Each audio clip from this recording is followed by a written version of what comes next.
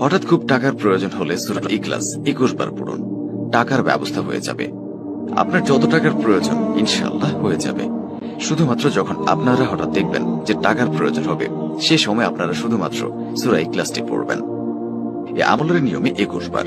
আর আপনাদের আমলটি করার সময় যে সূরা ইখলাস পড়তে হবে, সেই সাথে আরো একটি ছোট্ট অক্ষরের দোয়া রয়েছে, সেই দোয়াটিও পড়তে হবে।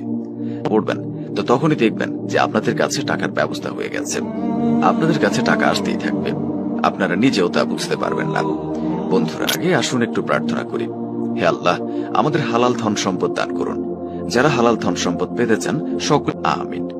এবং আপনার যখনই টাকার প্রয়োজন হবে সকলেই করতে পারবেন, এবং এর সাথে সাথে ছোট বড় সকলেই করতে পারবেন।